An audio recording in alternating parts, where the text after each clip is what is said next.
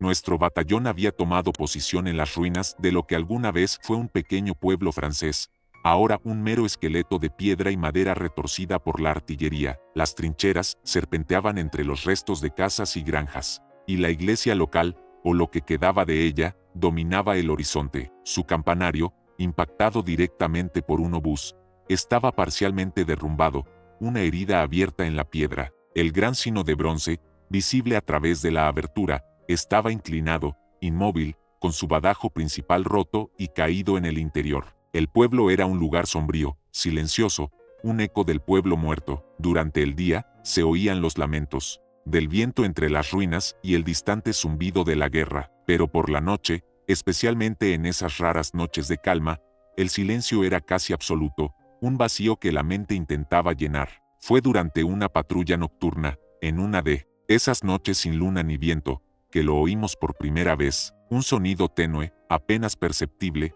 que nos hizo detenernos en seco. Era un tañido suave, resonante, como si el sino quebrado de la capela estuviera siendo golpeado por algo invisible. Franz, que iba delante, levantó la mano. ¿Escucharon eso? El sargento Becker, siempre escéptico, murmuró: «Será el viento, o algún trozo de metal suelto». Pero no había viento, y el sonido no era el traqueteo metálico de escombros moviéndose. Era un tañido distinto, aunque débil, que resonaba en la quietud de la noche. Se repitió, esta vez un poco más fuerte, un lamento fantasmal que parecía surgir del corazón del campanario. El enigma del campanario quebrado había comenzado, rompiendo el silencio del pueblo muerto con un eco inexplicable. El lamento invisible del sino se convirtió en una constante inquietud durante nuestras patrullas nocturnas en el pueblo. Ocurría de forma intermitente, sin patrón aparente, a veces un solo tañido, otras veces una serie de golpes débiles y resonantes, siempre en noches de relativa calma,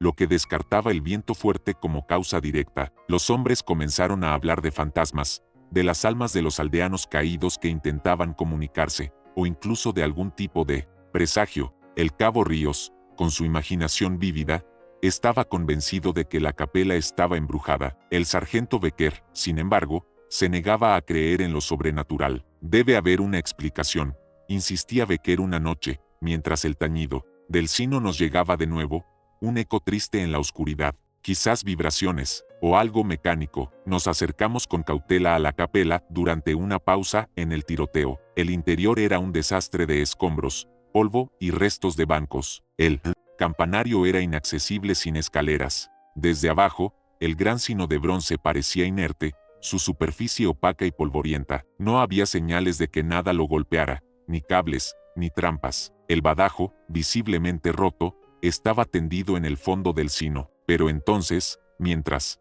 estábamos allí, un obús lejano estalló en el sector enemigo, haciendo vibrar la tierra bajo nuestros pies. Un segundo después, un débil y resonante tañido provino del campanario. No fue un golpe fuerte, sino un ding suave, pero inconfundible. Las vibraciones de la explosión lejana parecían haberlo causado. Pero, ¿cómo? El lamento invisible. Era un enigma que combinaba el efecto de la guerra con la extrañeza del lugar. La observación del sargento Becker sobre la correlación entre las explosiones distantes y el tañido del sino nos dio una pista crucial. La resonancia del destino, como empezamos a llamarla, era como si el campanario, o el sino mismo, fuera una caja de resonancia gigante para las vibraciones de la guerra. A la mañana siguiente, el sargento Valdés y yo conseguimos una escalera y nos abrimos paso con dificultad hasta el nivel del sino en el campanario dañado. El badajo principal estaba roto, como habíamos visto. Sin embargo, al inspeccionar el interior del sino, encontramos algo más. Varias piezas pequeñas de escombros,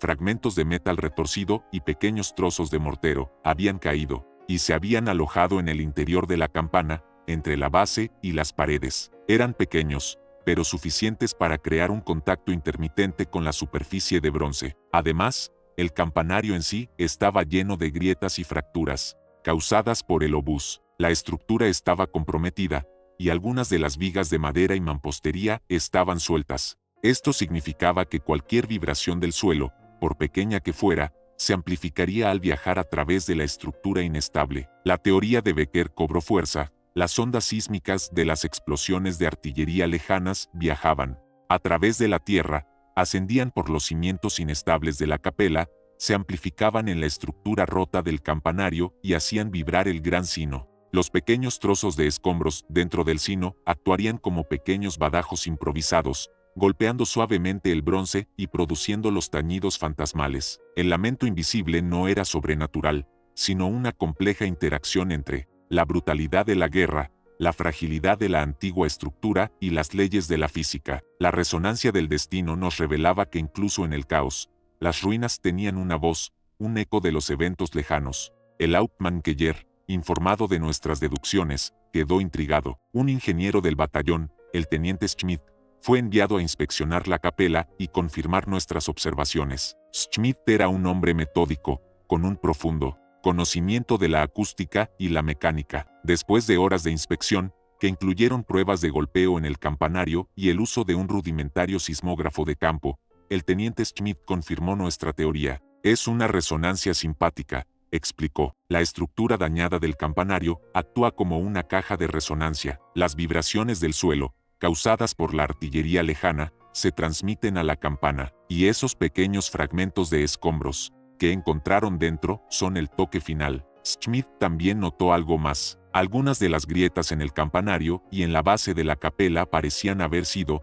en algún momento, rellenadas con un mortero inusual que contenía una mezcla de arena y pequeñas piezas de cuarzo. Esto no era estándar para la época en que se construyó la capela. Este mortero podría haber sido añadido en una reparación posterior, o por alguien que sabía de propiedades acústicas, especuló Schmidt. Era como si un ingeniero silencioso, del pasado, o quizás alguien antes de la guerra, hubiera alterado sutilmente la estructura. El enigma del campanario quebrado se profundizaba. Ya no era solo una cuestión de azar o de destrucción. Había una capa de intencionalidad, o al menos de peculiaridad, en la forma en que la capela estaba construida, o había sido modificada, que contribuía a su capacidad de resonar. La resonancia del destino era más que una coincidencia, era una combinación de la guerra actual y una ingeniería silenciosa de un pasado más antiguo. La revelación de la ingeniería silenciosa en la capela, el mortero con cuarzo que podría mejorar la resonancia, llevó al teniente Schmidt a un estudio más profundo de los planos antiguos del pueblo que se encontraron en el ayuntamiento de Ruido. Buscaba pistas sobre la construcción original de la capela o posibles restauraciones. Lo que encontró no fue un plano de mortero, sino una serie de extrañas marcas geométricas en un mapa del subsuelo que detallaba las fundaciones de la capela, y un pequeño sistema de drenaje subterráneo. Estas marcas parecían indicar puntos de tensión o conductos de aire que pasaban directamente bajo el campanario, y no eran típicas de una construcción medieval simple. Era casi como si la capela hubiera sido diseñada, o modificada, para interactuar con su entorno subterráneo. Schmidt teorizó que el antiguo arquitecto o un restaurador posterior podría haber tenido un conocimiento inusual de la acústica del lugar, o que la capela había sido construida sobre un terreno con peculiaridades geológicas que transmitían vibraciones de forma única. Las marcas en el plano parecían una partitura de las ruinas, un diagrama que, para un ojo entrenado, revelaba cómo el sonido y las vibraciones se moverían a través de la piedra y la tierra. La resonancia del destino del sino no era solo un accidente de la guerra, era una orquesta macabra dirigida por un ingeniero silencioso del pasado, cuyas decisiones de construcción ahora se manifestaban a través de los estruendos de la artillería. La capela silenciosa con su campanario quebrado era, en sí misma, un instrumento, tocando una melodía de guerra y tiempo. El descubrimiento de la partitura de las ruinas y la comprensión de cómo la capela actuaba como un instrumento de guerra, amplificando vibraciones distantes, generó un debate en el alto mando. ¿Podría esta característica ser utilizada tácticamente? Si el campanario amplificaba las vibraciones, podría ser un punto de escucha natural para la actividad subterránea enemiga, como la excavación de túneles. El teniente Schmidt propuso instalar equipos de escucha sensibles en la base del campanario. Argumentó que si el sino resonaba con los obuses lejanos, también podría detectar vibraciones más sutiles, como el trabajo de picos y palas en túneles enemigos. La capela silenciosa, una vez un faro de paz, se transformaría en un oído espía en el corazón de la zona de guerra. La idea fue aprobada. Bajo el manto de la noche, se transportó e instaló equipo de escucha rudimentario en la base del campanario, calibrado para captar las más mínimas vibraciones. La presencia del mortero de cuarzo y las peculiaridades del drenaje subterráneo podrían, de hecho, crear una especie de micrófono natural. El instrumento de guerra estaba listo. El tañido fantasmal del sino, antes una fuente de temor, ahora era un potencial sistema de alerta. La ironía era palpable. Lo que la guerra había destruido, también lo había transformado en una herramienta para continuar la lucha, revelando los secretos del subsuelo a través de la resonancia de una antigua campana. Con el equipo de escucha instalado, la capela silenciosa dejó de ser solo un enigma y se convirtió en una valiosa estación de monitoreo. Las vibraciones, antes solo perceptibles a través del tañido del sino, ahora eran captadas y analizadas con precisión. En noches de calma, cuando el campanario permanecía en silencio, los equipos de escucha revelaron una melodía subterránea sutil pero constante. No eran los tañidos del sino, sino los sonidos del trabajo del enemigo bajo tierra, el golpeteo de picos, el arrastre de palas, el sonido ahogado de las conversaciones. Los alemanes estaban excavando túneles cerca de nuestras líneas, y la capela los estaba escuchando. La partitura de las ruinas y la ingeniería silenciosa del pasado, junto con las vibraciones de la artillería, habían transformado la capela en una especie de sismógrafo orgánico que nos alertaba de las actividades enemigas. La información recopilada por la capela fue crucial para planificar contratúneles y defensas.